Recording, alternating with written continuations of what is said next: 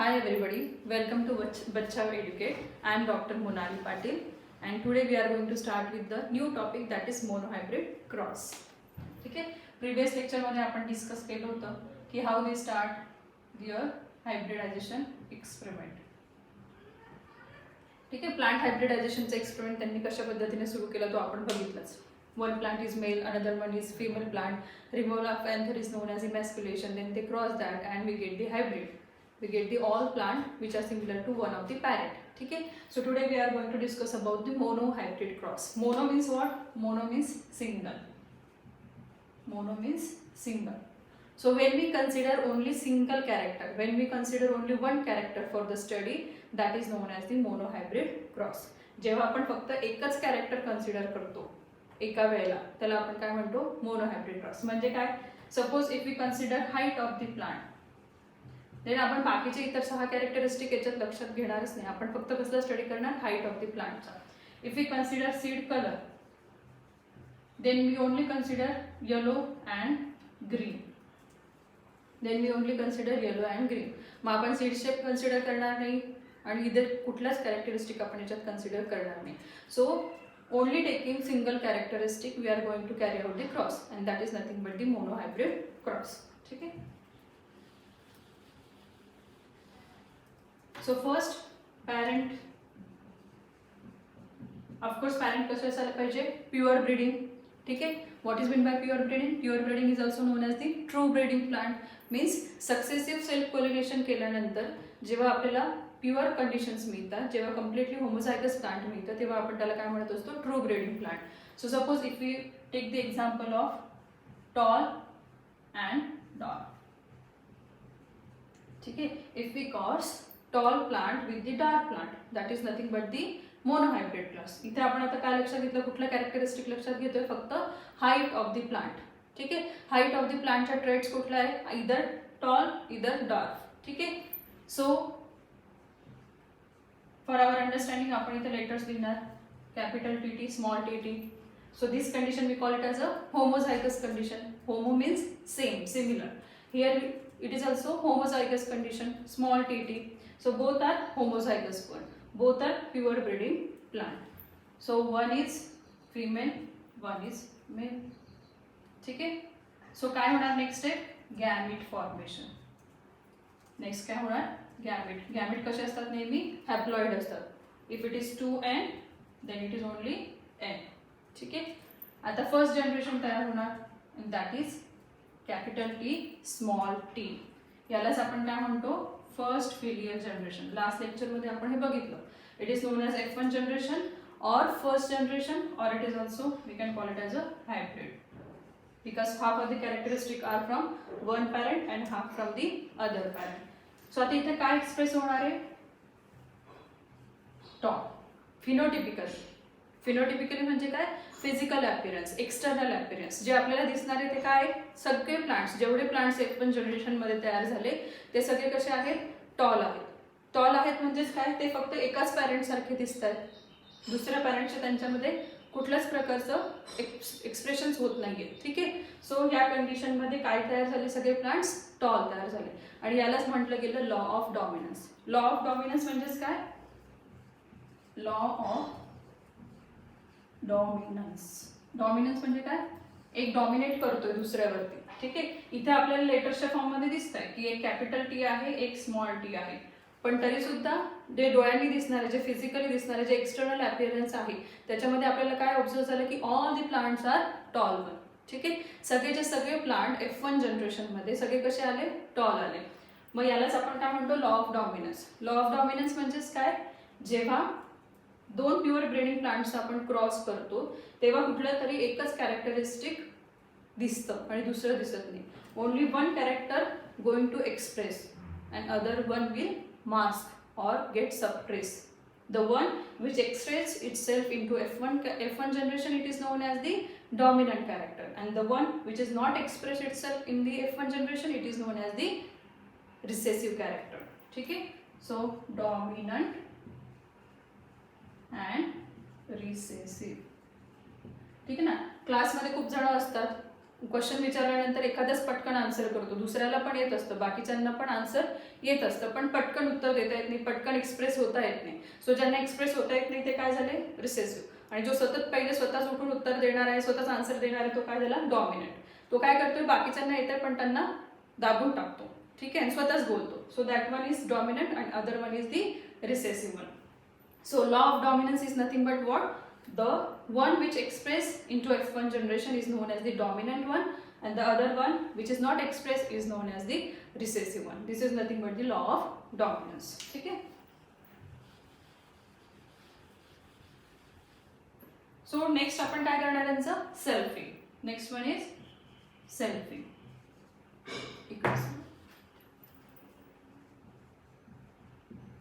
Selfing काय केलं मंडळ यांनी, कारण त्यांना इथे दिसलं की आपण घेताना ते एक प्लांट डॉर्फ घेतलं होतं, एक टॉल घेतलं होतं, पण सरप्राइझिंगली F1 जनरेशनमध्ये, पहिल्या जनरेशनमध्ये काय झालं, सगळेच्या सगळे टॉल प्लांट्स आले.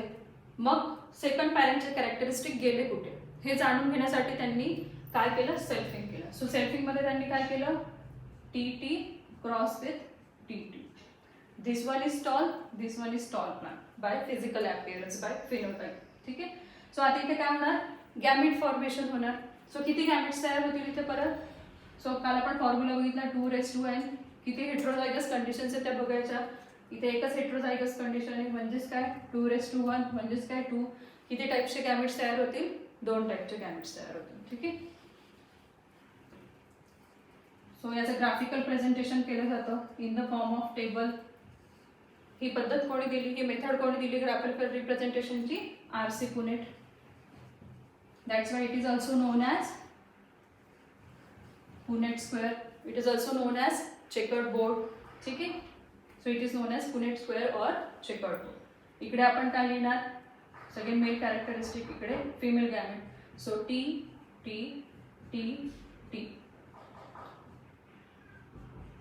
सो पॉसिबल फक्त कॉम्बिनेशन लिहायचे, T T T T. Here capital T small t, capital T small t, small t small t.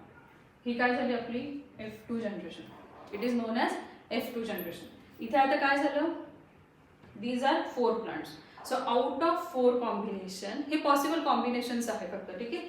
So out of this 4 combination, this one is tall. ठीक आहे. This one is also tall, this one is also tall, and this one is dark. ठीक आहे. So इथे काय लक्षात आलं की out of this 4 combination 1 plant is dwarf, जो सेम आहे एका पॅरेंट सारखाच. ठीक आहे. Out of 4 one of the plant, one of the combination is same as one of the parent. जे F1 मध्ये दिसलं का आपल्याला, नाही. F1 मध्ये हे कुठेच ऑब्झर्व झालं नाही, but in F2 there is again appearance of the that parent which is absence in the case of the F1. ठीक आहे. सो इथे काय झालं, TT स्मॉल TT डार्क हे कॅरेक्टरिस्टिक पुन्हा दिसायला लागलं, जे कुठे होतं, जे पॅरेंट मध्ये होतं, पण एका जनरेशन मध्ये गायब झालेलं दिसतं. म्हणजेच ते गायब होतं का, नाही. So that is in the hidden form. हे काय होतं, हिडन फॉर्म मध्ये होतं. ते प्रेझेंट होतं पण आपल्याला दिसत नव्हतं. ठीक आहे. आपल्याला आता माहिती की genotypically genes are present and the one which dominates ते एक्सप्रेस होते, आणि जे डॉमिनेट नाही होते ते सप्रेस होते, ते दिसत नाही. पण F2 जनरेशनमध्ये पॉसिबल जे कॉम्बिनेशन्स आपण केले त्याच्यामध्ये त्याचा परत अपीअरन्स झालं. ठीक आहे. सो याचं परत इथे अपीअरन्स झालं. Out of 4, 3/4 are tall and 1/4 are dark one. ठीक आहे. मग इथे त्यांनी रेशो काढला, फिनोटाइपिक रेशो काढला. काय काढलं, फिनोटाइप काढला आणि जिनोटाइप पण काढला. फिनोटाइप म्हणजेच काय, फिजिकल अपीअरन्स, जे आपल्या डोळ्यांना दिसणार आहे, एक्सटर्नल अपीअरन्स, जे आपण बघू शकतोय. ठीक आहे. सो आता जे प्लांट्स ग्रो झाले असणार आहे त्याच्यामध्ये हे कॅपिटल TT स्मॉल TT दिसणार आहे का आपल्याला, नो. आपण काय बघणार, हायटेड प्लांट आहे की शॉर्ट प्लांट आहे. सो आउट ऑफ 4 कॉम्बिनेशन 3 कसे आले, टॉल. 3 कसे आले, out of this 4 3 are tall and 1 is dark. यालाच आपण म्हणतो फिनोटिपिक रेशो और फिनोटाइप. फिनोटाइप म्हणजे काय, फिजिकल अपीअरन्स, एक्सटर्नल अपीअरन्स, जे आपल्याला दिसणार आहे. ठीक आहे. So out of 4 combination 3 are tall, 1 is dark one. ठीक आहे, मग हा रेशो काय झाला 3:1. सेकंड आपण करणार genotype. Genotype means what, genetic makeup. जे आपण सिम्बॉल्स दिले त्या फॉर्म मध्ये आपल्याला काय व्हेरिएशन्स दिसले त्या फॉर्म मध्ये आपल्याला कुठला रेशो मिळतो. ठीक आहे, so 1 is capital TT, 1 is capital T small t आणि अदर 1 इज TT. याच्यापेक्षा इतर कुठलं कॉम्बिनेशन तुम्हाला इथे दिसतंय का? नाही. ठीक आहे, सो किती आहे capital TT 1, small capital T small t 2 and small TT 1. So काय रेशो आला 1:2:1. याला आपण म्हणतो कम्प्लीट मोनोहायब्रिड क्रॉस. याला आपण काय म्हणतो कम्प्लीट मोनोहायब्रिड क्रॉस. मोनोहायब्रिड क्रॉसवरनं आपलं काय लक्षात येतं की गॅमिट फॉर्मेशन होत असताना काय होतं, सेग्रिगेशन होतं. गॅमिट फॉर्म होत असताना काय होतंय, सेग्रिगेशन होतं. इथे आपण बघितलं capital T small t separate झाले. इथे आपण बघितलं capital T small t separate झाले. ठीक आहे, आणि मग हे पॉसिबल कॉम्बिनेशन्स आले. Understand this. So the second law here we can propose, that is law of segregation, or it is also known as law of purity of gametes. So ये काय असतं law of purity of gametes? Law of purity of gametes. It is universal law. सगळीकडे हा accept केला गेला. ठीक आहे, और which is also known as law of segregation. So जेव्हा तुम्ही मोनोहायब्रिड क्रॉस करतात तेव्हा आपल्याला काय लक्षात येतं, एक आहे लॉ ऑफ डॉमिनन्स ज्याला आपण म्हणतो मेंडल्स फर्स्ट लॉ, आणि सेकंड आहे लॉ ऑफ सेग्रिगेशन ज्याला आपण म्हणतो लॉ ऑफ प्युरिटी ऑफ गॅमिट्स और सेकंड लॉ ऑफ मेंडल. ठीक आहे, याच्यात काय लक्षात आलं, during gamete formation there is separation of allele. हे जे काही अलील्स आहेत यांचं सेपरेशन होतं. हे जे काही अलील्स आहेत त्यांचं सेपरेशन होतं. हा टी या टी पासून सेपरेट होतो गॅमिट फॉर्म होत असताना. म्हणून आपण इथे 2 टाईपचे गॅमिट लिहिले, कॅपिटल T स्मॉल t. इथे आपण 2 गॅमिट लिहिले, capital T small t. Understand this. So segregation होतं. सेग्रिगेशन मीन्स व्हॉट, सेपरेशन होतं, गॅमिट्सचं सेपरेशन होतंय, जेणेकरून प्रत्येक गॅमिट्सच्या केसमध्ये फक्त एकच अलील येणार. At a time only 1 allele will enter into 1 gamete. That's why आपण नेहमी म्हणतो की गॅमिट्स कसे असतात, हॅप्लॉइड असतात, डिप्लॉइड नसतात. ठीक आहे, so during gamete formation gamete receives only 1 allele at a time. This is nothing but the law of segregation और law of purity of gametes. ठीक आहे, याच्यात कुठल्याही प्रकारचं मिक्सिंग नाहीये, ब्लेंडिंग नाहीये. ठीक आहे, ब्लेंडिंग असतं तर परत डार्क प्लांट आपल्याला मिळालं असतं का? नाही. पण F2 जनरेशन मध्ये पुन्हा त्याचं अपीअरन्स आले जे इथे हिडन होतं. In F1 this darkness is hidden one, small t is hidden one, but it expresses itself in F2 when it is in homozygous condition. ठीक आहे, so this is nothing but the law of segregation. हे lodge आपण परत डिटेलमध्ये बघणारच आहे, but monohybrid cross शिकताना त्याचा outcome काय तर आपल्याला मेंडलचा फर्स्ट लॉ आणि सेकंड लॉ इथे मिळतो. ठीक आहे, सो याच्यावरून आपण अजून एक गोष्ट प्रिडिक्ट करतो की characters are transfer from one generation to the next generation. ठीक आहे, कॅरेक्टर्स दोघी पॅरेंट्सचे इथे आहे, capital T small t, though both are not get express, दोघेही एक्सप्रेस नाही झाले, but characteristics are there, character is there, and that character Mendel call it as a factor. So factor are transferred from one generation to the next generation to the next generation. So इथे आपण बघतोय दोघी पॅरेंट्सचे characteristic आहे. So character pass on होत असतं. ठीक आहे, ते गायब होत नाही, ते कंटिन्युअस पास ऑन होतात. आणि जे काही पास ऑन होते त्यालाच काय म्हटलं गेलं, फॅक्टर, ज्याला आपण आता म्हणतो जीन. जीन टर्म कोणी कॉइन केली ते तुम्हाला सांगितलं आधी, जोहान्सनने जीन टर्म कॉइन केली. अंडरस्टँडिंग. आणि फॅक्टर कोणी म्हटलं जीनलाच, फॅक्टर हा कोणी दिलं होतं, मेंडल, कारण तेव्हा जीन, DNA वगैरे क्रोमोझोम हे काहीही माहिती नव्हतं. ठीक आहे, so this is nothing but typical monohybrid cross. तुम्ही हे कशासोबत पण करू शकता. Second characteristic, if you take axial and terminal flower then same will be there. Yellow and green seed colour same will be there. If we take into consideration seed shape, that is round and wrinkle, same ratio will be there. ठीक आहे, आता काही त्यांनी फक्त एकच plant, 2च plant घेतले, study केला का? नाही. सो त्यांनी नंबर ऑफ प्लांट्स घेतले. सपोज आपण एक एक्झाम्पल घेतलं की सीड कलर, हे BSc बुकमध्ये दिलेलं आहे. ठीक आहे, सीड कलर जेव्हा त्यांनी कन्सिडर केला तेव्हा त्यांना F2 जनरेशनमध्ये 6022 येलो प्लांट्स मिळाले, 6022 येलो कलरचे सीड्स मिळाले, आणि ग्रीन कलरच्या सीड्स त्यांना मिळाला 2001. This ratio is also approximately 3:1. Similarly त्यांनी सगळे कॅरेक्टरिस्टिक स्टडी केले. जसं आता आपण हाईट ऑफ द प्लांट बघितलं तसं इतर 6 कॅरेक्टरिस्टिक सुद्धा मेंडल यांनी स्टडी केले आणि त्यांना ऑब्झर्व झालं की प्रत्येक वेळेस रेशो कुठला येतो, अप्रॉक्सिमेटली 3:1 येतो. ठीक आहे. सो 3:1 रेशोच येतो F2 जनरेशनचा, हे त्यांचं लक्षात आलं. So this is nothing but the monohybrid cross. Any doubt you can ask me that doubt. ठीक आहे. So we take height of the plant as a characteristic. Traits are 2 traits, that is tall and dark. So typical genotype we can write it as a in the symbolic form, capital TT, small tt. Gamete formation, only haploid number will be there. So here is the formation of first generation. And first generation कशी आहे, फक्त एकाच parent सारखी दिसणारी आहे. दुसऱ्या पॅरेंटचे characteristic त्याच्यामध्ये आहे पण ते हिडन आहे, ते सरप्रेस आहेत. यालाच आपण म्हटलो law of dominance. Law of dominance means what? The character which express itself in F1 generation is known as a dominant one, and the other which is hidden one, which is suppressed one, it is known as the recessive one. ठीक आहे. So next आपण selfing केलं. Selfing का केलं की दुसऱ्या पॅरेंटचे characteristic कुठे गायब झाले ते बघण्यासाठी आपण सेल्फिंग केलं. सो सेल्फिंग मध्ये हेट्रोझायगस कंडिशन होती म्हणून किती गॅमेट्स तयार झाले? 2. सो आपण पॉसिबल कॉम्बिनेशन्स बघितले with the help of Punnett square. It is also known as checker board. ठीक आहे. इथे काय ऑब्झर्व झालं? Phenotype, physical appearance, external appearance जे आपल्या डोळ्यांना दिसणार आहे की 3 प्लांट हे out of 4 combination 3 plants are tall, 1 is dark 1. तुम्ही हे कुठल्याही कॅरेक्टरिस्टिक सोबत केलं तरी तुम्हाला सेम रिझल्ट मिळणार. जिनोटाईप बघितला की पॉसिबल सिम्बॉलिक फॉर्ममध्ये जे काही आपण कॉम्बिनेशन्स घेतले त्याचा रेशो काय येणार? It is 1:2, 2:1. So this is nothing but the monohybrid cross.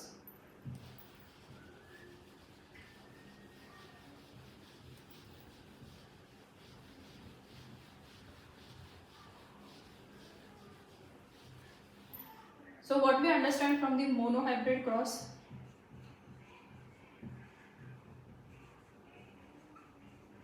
So first one,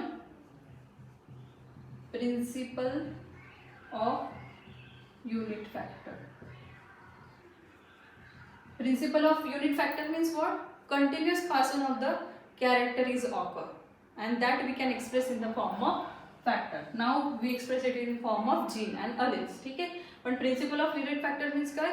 There is something is there. That something is nothing but factor. Factors are there which pass on from one generation to the next generation continuously. ठीक है. Second we get law of dominance. Law of dominance means what? The character which express itself in F1 generation we call it as a dominant character, and that dominant character masks the expression of the second one. ठीक आहे. तो दुसऱ्याला mask करतो, दुसऱ्याला दाबून टाकतो, and that is nothing but the law of dominance. Third आपण काय बघितलं? Law of segregation. सेग्रिगेशन म्हणजेच काय? सेपरेशन. सेग्रिगेशनचा अर्थ काय होतो? सेपरेशन, सेपरेट होतं. यालाच काय म्हटलं गेलं? Law of purity of gametes. म्हणजेच काय? when there is the formation of gametes, there is only haploid number. During gamete formation, alleles get separate and gamete receives only one allele at a time. They get separate, they get segregate. So gamete is pure one because they receive only one character at a time, only one allelic form at a time, and that is nothing but the law of purity of gamete. यालाच आपण Mendel's first law म्हणतो, याला आपण Mendel's second law म्हणतो. ठीक आहे. In your NCERT book it is given as a first law, it is given as a second law. Do you understand this? That from monohybrid we can conclude principle of unit factor, we can conclude law of dominance, law of segregation, which is also known as law of purity of gametes. Okay, it is not universally accepted but it is accepted. Okay, so this is nothing but the outcome of the monohybrid cross. आता आपली story कुठपर्यंत आली की त्यांनी cross केला. F1 generation मध्ये काय झालं? जेवढे काही प्लांट्स मिळाले ते सगळे एकाच टाईपचे होते, एकाच पॅरेंट सारखे होते, पण दुसऱ्या पॅरेंटचे कॅरेक्टर गेले कुठे, म्हणून आपण काय केलं? सेल्फिंग केलं. सेल्फिंग पाहून कळालं की येस, जे काही दुसरा पॅरेंट होता तो पण एक्सप्रेस झाला रिसेसिव्ह कंडिशनमध्ये. मग आपण याच्यावरून अजून काय सांगू शकतो? जेव्हा होमोझायगस रिसेसिव्ह कंडिशन येते, होमोझायगस रिसेसिव्ह कंडिशन येते तेव्हाच ते कॅरेक्टर एक्सप्रेस होत आहे. When it is TT, then and then you can call it as a dark. When it is small tt, then and then you can call it as a dart. When it is small a, then and then you can call it as a terminal position of the flower. ठीक है? So when it is small yy, which stands for the green, then and then it is, you can say seed color is green one. ठीक है? So यांना express होण्यासाठीची condition काय की ते homozygous असले पाहिजे. Homozygous same, then and then they will get express. So successive next generation मध्ये त्यांनी एक्सप्रेशन दाखवलं. ठीक आहे. सो आपण आलो होतो F2 जनरेशन पर्यंत. मग त्यांनी काय केलं, F2 जनरेशन मध्ये जे काही कॉम्बिनेशन्स आले आपले TT, TT and TT. So ह्या होमोझायगसला त्यांनी नेक्स्ट जनरेशन दिलं by selfing F3, F4 and they observe that continuous expression of this small tt.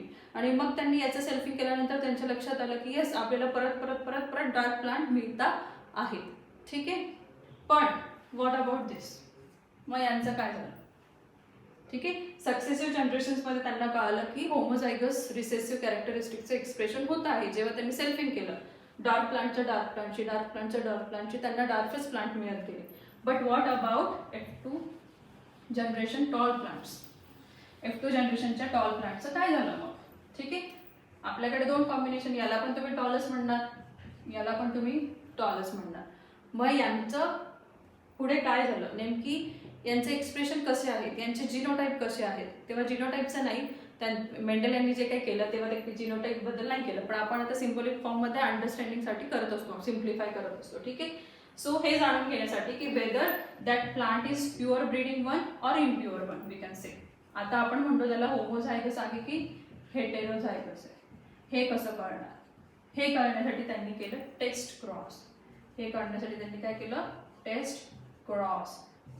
Taste म्हणजे काय, टेस्ट म्हणजे काय, टू इन्व्हेस्टिगेट, चेक करायचं.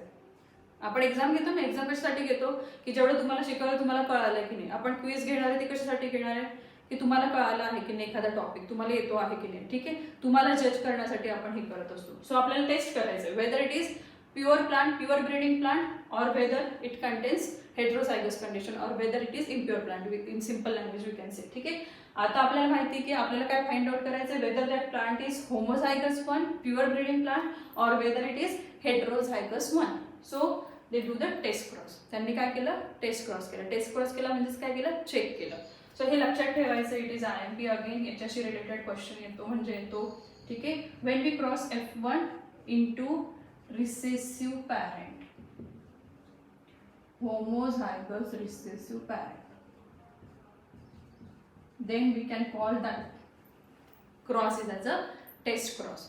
जेव्हा तुम्ही F1 जनरेशन मधल्या प्लांट्सला, जेव्हा तुम्ही F1 ला कुठल्याही रिसेसिव्ह पॅरेंट सोबत क्रॉस करणार, रिसेसिव्ह पॅरेंट सोबत जेव्हा तुम्ही क्रॉसिंग करणार तेव्हा तुम्हाला काय मिळेल, टेस्ट क्रॉस. ही IMP विचारतात म्हणजे विचारतात, त्याच्याशी रिलेटेड क्वेश्चन असतात. ठीक आहे. F1 into recessive parent it is known as the test cross. ठीक आहे. सो आता इथे सपोज आपला F1 आहे कॅपिटल TT आणि आपण यांचं क्रॉस करणार रिसेसिव्ह पॅरेंट. हे काय आहे, रिसेसिव्ह पॅरेंट. ठीक आहे. काय येणार पॉसिबल, गॅमेट फॉर्मेशन होणार, there is formation of TT, there is formation of TT. ठीक आहे. आपण पुनेट स्क्वेअरच्या फॉर्म मध्ये लिहू, गॅमेट सेपरेट होणार.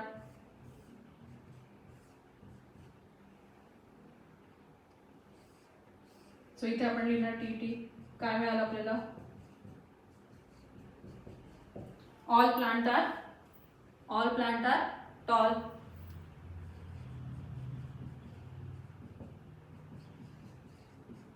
सगळे प्लांट कसे मिळाले आपल्याला, इथे टॉल मिळाले, इजंट इट. सो सगळे प्लांट टॉल आहे, याचाच अर्थ काय, आपण जे काही प्लांट आपल्याला दिलेले एक्झामाइन करायसाठी ते प्लांट कसं आहे, होमोझायगस. कारण ते जर हेटेरोझायगस असतं, त्याच्याकडे एक कॅपिटल T एक स्मॉल t असतं, तो कुठल्या तरी कॉम्बिनेशन मध्ये डार्क एक्सप्रेस झालाच असता. बरोबर आहे. So what I conclude is this plant is pure one, or this is homozygous tall plant. This is homozygous tall plant. Understand this. So what about this, याचा पण आपण क्रॉस करून बघू. This into small tt, recessive parent. Remember this, test cross म्हणजे काय, F1 into recessive parent, F1 into recessive parent, और given plant into recessive parent. So small tt इथे काय येणार अगेन आपले gametes. So capital T, small T,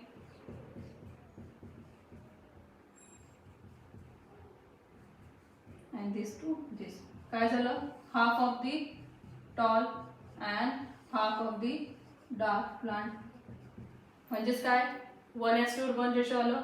2 are tall, 2 are dark means 1:1 ratio. When there is heterozygous plant, there is always a ratio that is 1:1. So इथे आपल्याला काय लक्षात आलं? Half of the characteristic are like the dark parent. So ultimately conclusion काय? जे काही दिलेलं plant होतं ते कसं आहे?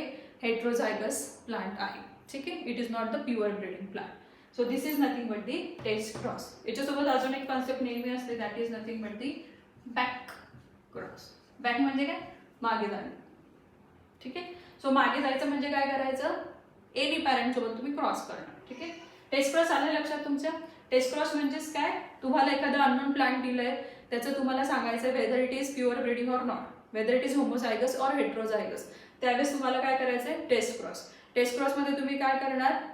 Given plant into recessive parent, homozygous recessive parent, और you can simply remember F1 into recessive parent. F1 into homozygous recessive parent. It is nothing but the test cross. ठीक आहे.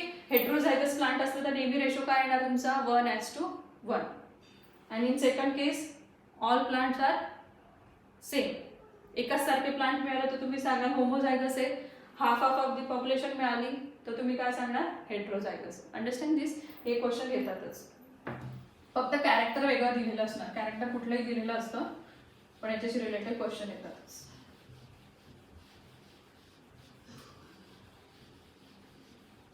याच्यासोबतच एक कॉन्सेप्ट येते, that is back cross. Back म्हणजे काय? मागे जाणे. ठीक आहे. आपल्याकडे F1 आहे, आपल्याकडे पॅरेंट आहे कॅपिटल TT स्मॉल TT, आपल्याकडे F1 आहे TT. आता हे TT आहे आपल्याकडे, आपण मागे गेलो क्रॉस करायसाठी, आयदर याच्यासोबत केला किंवा याच्यासोबत केला. याला आपण काय म्हणतो? Back cross. Means F1 into any parent, त्याच्याच पॅरेंट सोबत त्याचा क्रॉस करून बघितल्यानंतर जे काही रिझल्ट मिळतात त्याला आपण काय म्हणतो? Back cross. Simply back means मागे जाणे, एवढंच लक्षात ठेवा. So F1 into any parent means back cross. What is mean by test cross? F1 into recessive parent, F1 into recessive parent. आता आपल्याला माहिती आहे आपण रिसेसिव्ह कॅरेक्टरिस्टिक म्हणतो. So F1 into recessive parent is nothing but the test cross. F1 into any parent is known as the back cross. ठीक आहे. So test cross is the type of one of the type of back cross. पण test क्रॉसला तुम्ही म्हणू शकता की हा type आहे बॅक क्रॉसचा. ठीक आहे.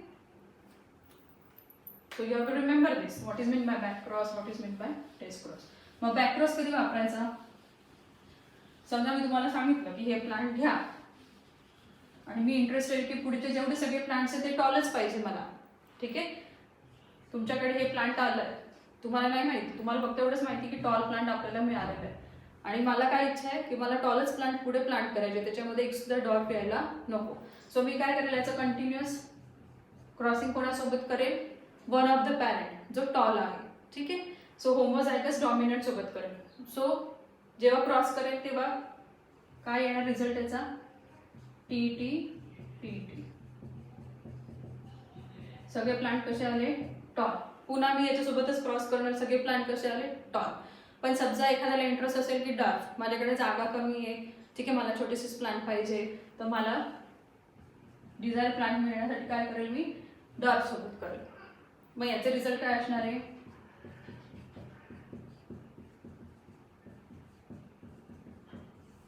मला डार्क प्लांट मिळत जातील सक्सेसिव्ह आपण जर परत परत क्रॉसिंग केलं तर. ठीक आहे. सो जस्ट टू अंडरस्टँड आपण बॅक क्रॉस तुम्हाला अंडरस्टँड व्हावं म्हणून आपण हे एक्झाम्पल घेतलं. बॅक क्रॉस म्हणजे काय? F1 into any parent is known as the back cross. Desire plant आपल्याला पाहिजे असेल तर ते डिझायर प्लांट मिळवण्यासाठी आपण बॅक क्रॉस करू शकतो. Understand this? So this is what about the monohybrid cross. Monohybrid क्रॉसमधून आपण काय कन्क्लुजन काढले की F1 मध्ये सगळेच्या सगळे जे काही आपल्याला आउटकम मिळतं ते एकाच पॅरेंट सारखं असतं, दुसऱ्या पॅरेंटचे कॅरेक्टरिस्टिक आपल्याला त्याच्यामध्ये दिसत नाही, बट दॅट आर हिडन. ठीक आहे. सो इथे काय प्रिन्सिपल ऑफ युनिट फॅक्टर आहे की factors are transfer from one generation to the another generation. Law of dominance आहे की F1 जनरेशनमध्ये जो एक्सप्रेस करतो त्याला तुम्ही डॉमिनंट म्हणतात, जो एक्सप्रेस नाही करत त्याला तुम्ही रिसेसिव्ह म्हणतात. नेक्स्ट आहे segregation, law of segregation which is also known as law of purity of gametes. की during gamete formation they receives only one allele. They receive only one allele, one of the type of allele. Means allele get separate, allele get segregate. This one get segregate into this and this. आणि gamete फक्त एकच याच्यातलं characteristic receive करणार, म्हणूनच त्याला pure म्हटलं जातं, purity म्हटलं जातं. ठीक आहे, purity of gametes. And this is the universal law. ठीक आहे. Then we see test cross and back cross. What is meant by test cross? Test cross means F1 into recessive parent. Back cross means F1 into any parent. You have to remember this. Understand this? So next session मध्ये आपण बघणार आहोत की डायहायब्रिड cross काय आणि डायहायब्रिड क्रॉसचं outcome आपल्याला काय मिळणार. Do you understand this mono hybrid cross? तुम्हाला काही डाऊट असतील तर तुम्ही मेसेज करा मला. ठीक आहे. So till then stay safe, stay healthy and stay strong.